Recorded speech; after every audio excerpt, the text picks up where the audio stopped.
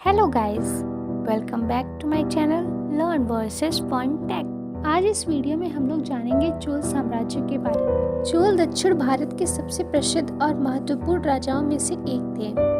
उन्होंने दक्षिण भारत की कला, साहित्य और संस्कृति में कई बदलाव लाए। चोल वंश के दो सबसे महत्वपूर्ण राजा हैं। पहले राजा चोल और राजेंद्र वन। अपने समय के दौरान इन्होंने विजयी रूप से मार्च किया और उत्तरी भारत और कई दक्षिणी देशों में भी अपना नाम अंकित किया। आज इस वीडियो में हम लोग जानेंगे विस्तार रूप से चोल साम्राज्य के बारे में, जैसे कि चोल साम्राज्य का उदय किस प्रकार हुआ, राजा और राजेंद्र प्रथम का युग के बारे में, और चोल शासन, स्थानीय स्वशासन व्यवस्था के बारे में और उनके सांस्कृतिक जीवन के बारे में। लेकिन इस वीडियो में आगे बढ़ने से पहले अगर आपने हमारे चैनल को सब्सक्राइब नहीं किया है तो प्लीज़ सब्सक्राइब कर दीजिए और बेल आइकन को क्लिक कर दीजिए। दक्षिण भारत में 6वीं और 8वीं सदी के बीच बहुत से शक्तिशाली साम्राज्यों का उदय हुआ।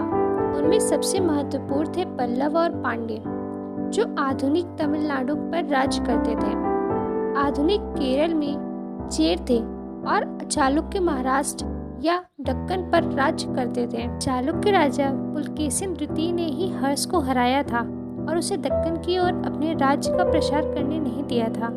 इनमें पल्लव और पांड्य जैसे कुछ राज्यों के पास शक्तिशाली नौसेना भी थी। उन्होंने दक्षिण पूर्व एशिया के देशों और चीन के साथ आर्थिक, धार्मिक और सांस्कृतिक संबंधों को मजबूत बनाने में महत्वपूर्ण भूमिका निभाई।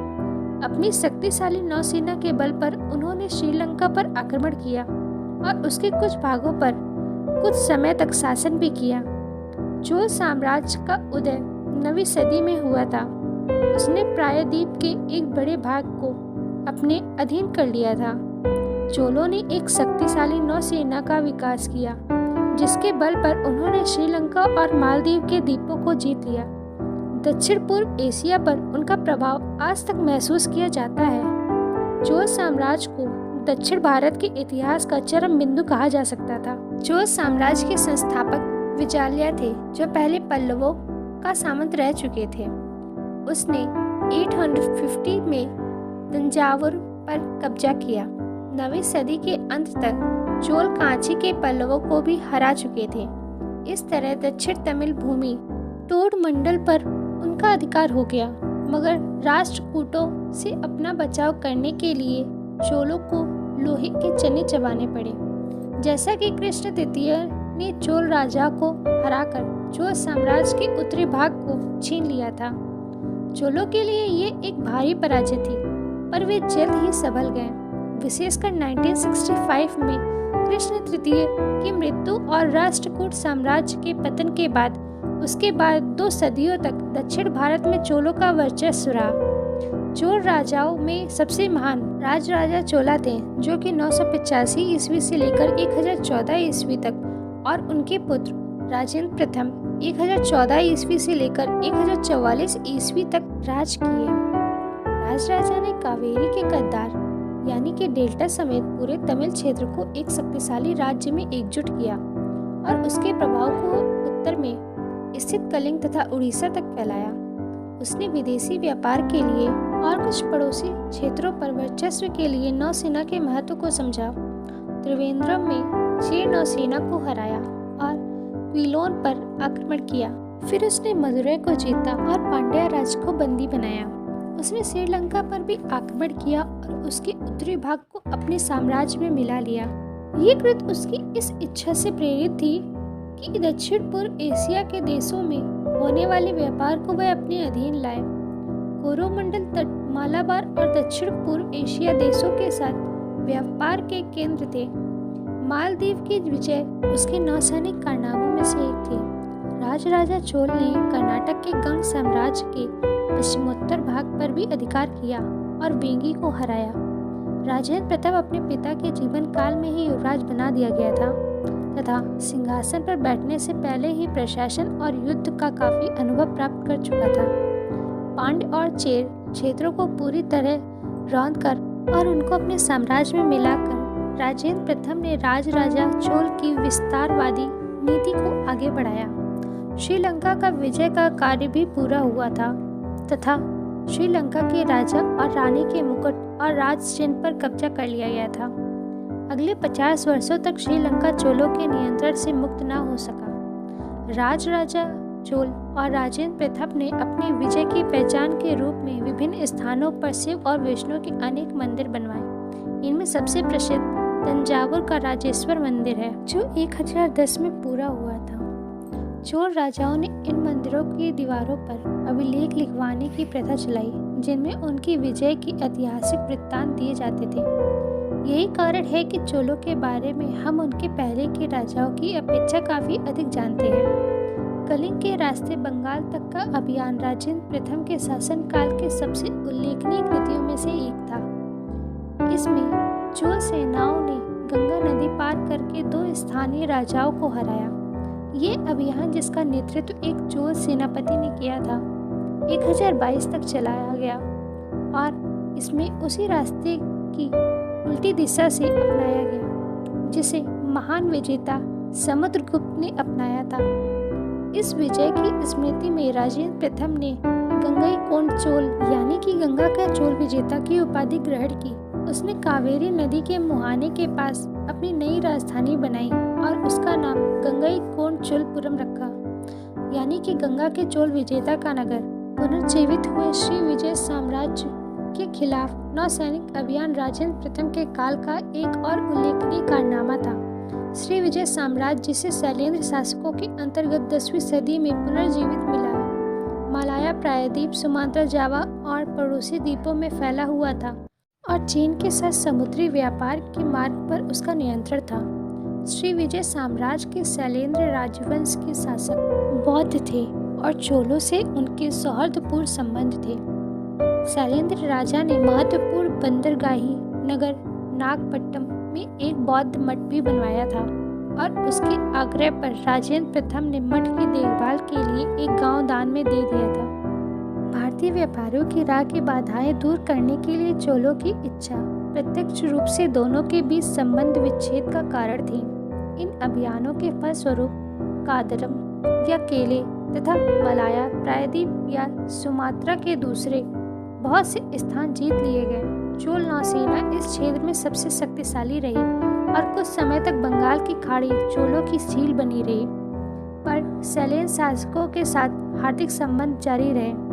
जैसे कि सुमात्रा से मिली एक टूटे फूटे अभिलेख से ज्ञात होता है, जिस पर 188 की तिथि पड़ी हुई है। चोल शासकों ने चीन में अनेक प्रतिनिधि मंडल भी भेजे। ये अंशतः कूटनीतिक और अंशतः व्यापारिक थे। चोल प्रतिनिधि मंडल 1016 और 1033 में चीन पहुंचे। 70 सौदागरों का एक चोल प्रतिनिधि मंडल 1077 में चीन गया और एक चीन वृत्तांत के अनुसार कांच के सामान, काफूर, जरी के वस्त्रों, गेंडों, सींगों, हाथी के दांत आदि के रूप में दिए नजराने के बदले उसे ताम्र मुद्राओं की 21,800 मुद्राएं प्राप्त हुईं, अर्थात 4 लाख रुपयों से भी अधिक व्यापार के लिए लाई गई सभी वस्तुओं के लिए चीनी लोग नजराना यानी कि ट्रिब्यूट शब्द का ही प्रयोग करते थे। चोल राजा बराबर चालुक्यों से लड़ते रहे, जिन्होंने राष्ट्रकूटों की जगह ले ली थी। ये थे परवर्ती चालुक्य और इनकी राजधानी कल्याणी में थी। वेंगी यानी कि रायल सीमा, तुंगभद्र के दोआब, उत्तर पश्चिमी कर्नाटक के तंग शासित प्रदेश के नियंत्रण के लिए चोल और परवर्ती चालुक्य टकराते रहे। इस टकराव में किसी भी पक्ष को निर्णायक विजय नहीं मिली और अंततः दोनों ही राज्य थक कर चूर हो गए। यह भी प्रतीत होता है कि इस काल में युद्ध कठोर से कठोरतर होते जा रहे थे। चोल राजाओं ने कल्याणी समेत जनता का नरसंहार किया। उन्होंने पांड्य प्रदेश में भी ऐसी ही नीति अपनाई और जनता को भयभीत करने के लिए सैनिक छवियां बनाई। उन्होंने श्रीलंका के राजाओं की प्राचीन राजधानी अनुराधापुर को नष्ट किया। ये चोल साम्राज्य के इतिहास के कलंक है। लेकिन चोल जब किसी प्रदेश को जीत लेते थे तो वहां प्रशासन की एक ठोस व्यवस्था बनाते थे। स्थापित स्वशासन को बढ़ावा देना चोल प्रशासन की उल्लेखनीय विशेषताओं में से एक था। 12वीं शताब्दी तक चोल साम्राज्य का फल्ला फूला जारी रहा और 13वीं सदी के आरंभिक भाग में उसका पतन हो गया। महाराष्ट्र क्षेत्र का परिवर्तित चालुक्य साम्राज्य भी 12वीं सदी में समाप्त हो चुका था। दक्षिण में चोलों की जगह पांड्यों और होयसलों ने ही ले ली थी तथा परवर्ती चालुक्यों की जगह यादवों और काकतियों ने ले ली थी। ये सभी राजकलाओं और वास्तुकला के संरक्षक थे। दुर्भाग्य से एक दूसरे के खिलाफ बराबर लड़ते हुए, नगरों को रौंदते हुए और मंदिरों को ना बख्शते हुए इन्होंने अपने आप को कमजोर कर लिया। अंततः 14वीं सदी के आरंभ दिल्ली के सुल्तानों ने उन्हें नष्ट कर दिया। राजा पहले की तरह चोल प्रशासन में भी सबसे महत्वपूर्ण व्यक्ति था। समस्त सत्ता उसके हाथों में थी, पर उसको सलाह देने के लिए एक मंत्री परिषद होती थी। प्रशासन में बेहतर संपर्क बनाए रखने के लिए राजा प्रायः देश का दौरा करता था। चोलों के पास एक विशाल सेना थी, जिसमें हाथी, घुड़सवार और पैदल सैनिक भी थे। इन्हें सेना के 3 अंग कहा जाता था। पैदल सेना आमतौर पर भालों और तलवारों से लैस होती थी। अधिकांश राजाओं के अपने अंगरक्षक होते थे, जिनको अपना जीवन देकर भी राजा की रक्षा करने के लिए शपथ दिलाई जाती थी। वेनिस का यात्री मार्को पोलो ने 13वीं सदी में केरल आया और उसने बताया कि राजा की मृत्यु पर उसके सभी अंगरक्षक उसी की चिता पर जलकर मरते थे। हो सकता है कि इस कथन में अतिशयोक्तियां हों। जैसे कि हमने कहा है, चोलों के पास एक शक्तिशाली नौसेना भी थी, जिसका बालबार और कोरोमंडल तट पर था। कुछ समय तक बंगाल की पूरी खाड़ी पर वर्चस्व रहा। चोल राज्य में केंद्रीय नियंत्रण वाले क्षेत्र थे तथा विभिन्न प्रकार के स्थानीय नियंत्रण वाले ढीले ढाले प्रशासन वाले क्षेत्र भी थे। पर्वतवासी और वनवासी पूरे राज्य में बिखरे हुए थे। प्रशासन की बुनियादी इकाई नायडू था। इसमें अनेक गांव होते थे, जिनके बीच नातेदारी और घनिष्ठ संबंध और अन्य दूसरे घनिष्ठ संबंध भी होते थे। तालाबों, कुओं आदि सिंचाई के साधनों के कारण या पर्वतवासियों और वनवासियों को खेतीहर बनाकर जब नए क्षेत्रों को कृषि के अंतर्गत लाया जाता था, तो नायडू की संख्या बढ़ जाती थी। ब्राह्मणों और मंदिरों को दान में दी जाने वाली भूमियों का आकार बड़ा था और इन्होंने भी कृषि के प्रसार में सहायता पहुंचाई। दक्षिण तमिल था। चोल प्रदेश में नदियों को मिलाकर वलनाडु बनाए जाते थे। चोल राज्य को 4 मंडलों यानी कि प्रांतों में बांटा गया था। कभी कभी राजकुमारों को प्रांतों का अधिपत्य बना दिया जाता था। अधिकारियों को राजस्व मुक्त भूमियों के रूप में पारिश्रमिक दिए जाते थे। चोल राजाओं ने राजमार्ग का एक जाल बिछा दिया था, जो व्यापार के लिए उपयोगी था और सेना की गति के लिए भी चोल साम्राज्य में व्यापार और वाणिज्य का विकास हुआ था तथा कुछ ऐसे विशालकाय व्यापार संघों यानी कि गिल्डों का उदय हुआ था, जो जावा और सुमात्रा से व्यापार करते थे। चोलों ने सिंचाई पर भी ध्यान दिया। इसके लिए कावेरी और दूसरी नदियों का उपयोग किया गया। सिंचाई के लिए अनेक तालाब बनाए गए। भूराजस्व में सरकार का भाग तय करने के लिए कुछ चोल राजाओं ने भूमि का विस्तृत सर्वेक्षण भी कराया, पर सरकार का भाग ठीक ठाक कितना था, ये हम नहीं जानते। भूकर के अलावा चोल राजाओं की आय व्यापार पर लगी चुंगी, पैसों पर भी लगे करों तथा पड़ोसी क्षेत्रों में लूट पर भी आधारित थी। चोल शासक समृद्ध थे तथा वे नगरों को बसाने और मंदिरों में शानदार स्मारक बनवाने के बोझ उठा सकते थे। राष्ट्रकूट साम्राज्य के कुछ क्षेत्रों में हम गांवों के स्थानीय स्वशासन की पहले ही चर्चा कर चुके हैं। चोलकालीन अभिलेखों के कारण हमें चोल साम्राज्य के ग्राम प्रशासन के बारे में अधिक जानकारी है। हमें 2 सभाओं का ज्ञान है। उर्द तथा महासभा कहा जाता था और गांवों की आम सभा थे, लेकिन हमें महासभा के कामकाज का अधिक ज्ञान है। ये ब्राह्मणों के गांवों में, जिनको अग्रहार कहा जाता था, वयस्क पुरुषों की सभा होती थी। ये गांव ब्राह्मणों से आबाद थे तथा इनमें अधिकांश भूमि राजस्व मुक्त होती थी। इन गांवों को बहुत अधिक स्वायत्तता प्राप्त थी। गांवों के मामले में एक कार्यकारी समिति संभालती थी, जिसमें संपत्तिशाली शिक्षित व्यक्ति या तो पर्चियां डालकर या बारी बारी से चुने जाते थे। हर 3 साल पर इन सदस्यों को पद मुक्त होना पड़ता था। भू राजस्व के आकलन और संग्रह, कानून व्यवस्था की रक्षा, न्याय आदि में सहायता के लिए दूसरी समितियां भी होती थी। महत्वपूर्ण समितियों में एक थी तालाब समिति, जो खेतों के लिए पानी के बंटवारे पर निगाह रखती थी। महासभा नई मशीनों को आबाद कर सकती थी। वह गांव के लिए ऋण भी ले सकती थी और कर भी लगा सकती थी। इन चोल गांव में प्रचलित स्वशासन एक बहुत सुंदर व्यवस्था थी। यह व्यवस्था दूसरे गांव में भी कमोबेश सफल रही, लेकिन उनकी स्वायत्तता और को सामंतवाद के विकास ने सीमित कर दिया था। राजस्व के आकलन और संग्रह के लिए अधिकारी नियुक्त करके शासकों ने नाडुओं की स्वतंत्रता को कम करने का प्रयत्न किया। चोल शासन घरेलू और विदेशी व्यापार में वृद्धि के साथ बढ़ते नागरीकरण का काल था। नागपट्टनम, चीन, श्रीलंका, दक्षिण पूर्व एशिया ने नाविकों और अरबों के लिए व्यापार का एक प्रमुख बंदरगाह था। दस्तकारी और गैर खेतिहर मामलों का व्यापार भी बढ़ा। इनमें मंदिरों की भी सक्रिय भूमिका रही। चोल शासन में भक्ति आंदोलन का और भी विकास हुआ। इस आंदोलन का मंदिरों से गहरा संबंध था।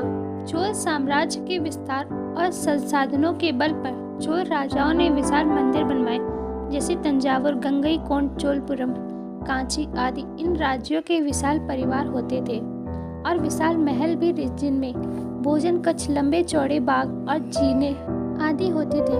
उदाहरण के लिए हमें उनके सरदारों के 7 मंजिला और 5 मंजिला मकानों की बात सुनने को मिलती है। दुर्भाग्य से उस काल के महलों में एक भी नहीं बचा। चोल राजधानी गंगईकोंड चोलपुरम आज तंजावुर के पास बस एक छोटा सा गांव है, मगर राजाओं और मंत्रियों के शानदार महलों तथा धनी सौदागरों के रहने के उतने ही शानदार मकानों के वृत्तांत उस काल के साहित्य में लिखे हैं। दक्षिण में मंदिर निर्माण की कला चोल राज्य में ही चरम पर पहुंच चुकी थी। इस काल में वास्तुकला की जो शैली प्रचलित हुई है उसे द्रविड़ कहा जाता था, क्योंकि यह लगभग दक्षिण भारत तक ही सीमित है। इस शैली की प्रमुख विशेषता गर्भगृह के ऊपर मंजिल पर मंजिल बनाया जाना है। मंजिलों की संख्या 5 से 7 तक होती थी और उनकी एक खास शैली थी जिसे विमान कहते थे। मंडप नाम का खंभों वाला कक्ष, जिसमें बहुत अधिक नक्काशीदार खंभे होते थे और कई छत सपाट होती थी, आमतौर पर गर्भगृह के सामने होता था।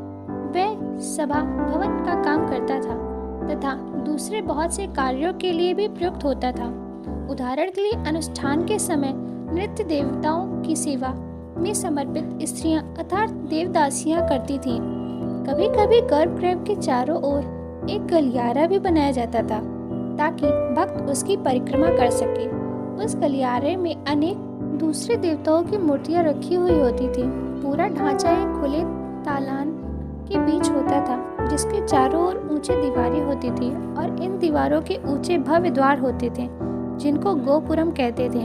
कालांतर में विमानों की ऊंचाई और बड़ी दालानों की संख्या भी बढ़कर 2 या 3 हो गई थी तथा गोपुरम आधिकारिक सुसज्जित होते गए। इस तरह मंदिर लघु नगर या महल बन गए और उनमें पुरोहितों एवं दूसरे बहुत से लोगों को रहने के लिए कमरों की व्यवस्था भी होती थी।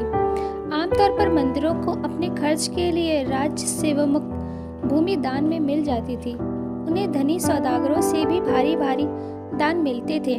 कुछ मंदिर तो इतने समृद्ध हो गए कि वे व्यापार करने, ऋण ब्याज कर देने और व्यापारिक उद्योगों में भाग लेने लगे। वे कृषि के सुधार, तालाबों और कुओं की खुदाई आदि पर तथा सिंचाई की नालियों की व्यवस्था पर भी धन खर्च करते थे। मंदिर निर्माण कला के द्रविड़ शैली का एक आरंभिक उदाहरण कांचीपुरम में 8वीं सदी का कैलाशनाथ मंदिर है, लेकिन इस शैली के सबसे सुंदर और सुसज्जित उदाहरणों में से एक है तंजावुर का बृहदेश्वर मंदिर, जिसे राजराजा प्रथम ने बनवाया था। इसे राजेश्वर मंदिर भी कहते हैं, क्योंकि मंदिरों के दलानों में राजाओं और रानियों की मूर्तियां लगाना चोलों का कायदा था। गंगईकोंड चोलपुरम का मंदिर टूटी फूटी हालत में है, पर यह चोल काल की मंदिर निर्माण कला का एक और सुंदर उदाहरण है। दक्षिण भारत के अन्य स्थानों पर भी बड़ी संख्या में मंदिर बनवाए गए हैं, लेकिन ये बात याद रखनी चाहिए कि इनमें से कुछ गतिविधियों के लिए धनराशियां चोल राजाओं द्वारा पड़ोसी क्षेत्रों की जनता को लूट कर प्राप्त की गई थी। चोलों के पतन के बाद कल्याणी के चालुक्यों ने और होलसेलों ने मंदिर निर्माण का काम जारी रखा।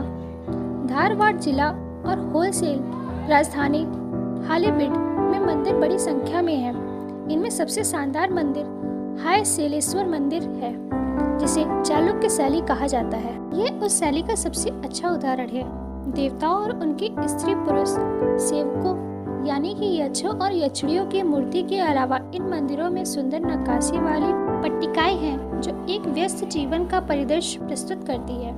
जैसे नृत्य, संगीत तथा युद्ध और प्रेम के दृश्य इस तरह जीवन धर्म में गहराई से जुड़ा था। आम आदमी के लिए मंदिर मात्र पूजा स्थान ही नहीं, सामाजिक और सांस्कृतिक जीवन का केंद्र भी था। उस काल में दक्षिण भारत में मूर्ति कला का स्तर बहुत ऊपर उठा। इसका एक उदाहरण स्वर्ण बेलगोला में गोमतेश्वर की विशालकाय प्रतिमा है। मूर्ति कला का एक और पहलू छवि निर्माण था, जो शिव की नृत्य मुद्रा के रूप में, जिसे नटराज कहते हैं, अपने चरम पर जा पहुंचा। इस काल के नटराज की मूर्तियां खास करके जो कांस्य की बनी होती थी, सर्वश्रेष्ठ मानी जाती थी। भारतीय और विदेशी संग्रहालयों में इसके अनेक सुंदर नमूने देखने को मिलते हैं। इस काल में विभिन्न राजवंशों के राजाओं ने कला और साहित्य संरक्षण दिया। संस्कृति को उच्च संस्कृति की भाषा माना जाता था तथा अनेक राजा, विद्वान और दरबारी कवि उसमें रचनाएं करते थे।